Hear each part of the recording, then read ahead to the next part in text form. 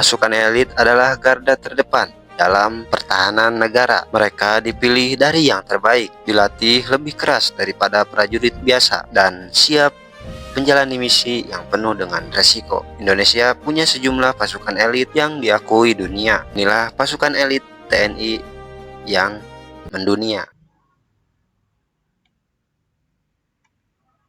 Kita mulai dengan Kopassus, Komando Pasukan Khusus TNI Angkatan Darat. Mereka dijuluki hantu rimba karena kemampuan bertempur di hutan yang luar biasa. Latihan mereka meliputi survival ekstrim, perang gerilya, hingga misi sabotase. Kopassus juga terkenal karena keberaniannya dalam operasi seperti pembebasan sandera pesawat Garuda Walia tahun 1981. Berikutnya ada Raider. Pasukan ini spesialisasi dalam operasi raid cepat. Mereka ditempa dengan latihan long march ratusan kilometer, siaga tempur dalam kondisi minim logistik, bahkan operasi lintas medan. Raider bisa diturunkan untuk operasi pemburuan teroris, infiltrasi daerah musuh, hingga operasi khusus di hutan dan juga gunung. Kostrad atau Komando Cadangan Strategis Angkatan Darat dikenal sebagai pasukan besar dengan kekuatan penuh. Mereka memiliki infanteri, artileri, hingga pasukan terjun payung. Kostrad biasanya menjadi tulang punggung operasi skala besar, termasuk menjaga perbatasan dan kedaulatan wilayah.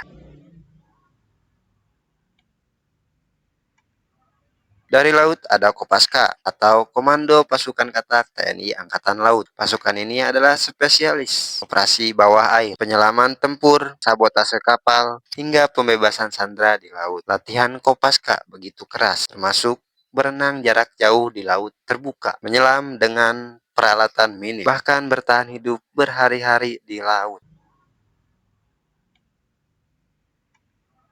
Lebih ekstrim lagi, ada Denjaka, singkatan dari Detasemen Jala Mangkara. Pasukan gabungan dari marinir dan Kopaska ini spesialis dalam kontra terorisme maritim. Mereka dilatih menghadapi pembajakan, serangan teror di laut, hingga operasi penyelamatan. Denjaka disebut dengan pasukan paling rahasia dan berbahaya di Indonesia. Dari udara ada pasukan TNI Angkatan Udara atau dikenal sebagai Baret Jingga. Mereka ahli dalam operasi udara, penguasaan bandara, tahanan pangkalan, hingga operasi penerjunan. Latihan mereka termasuk terjun payung ribuan kaki, penguasaan senjata anti pesawat, bahkan infiltrasi di malam hari dengan peralatan minim cahaya.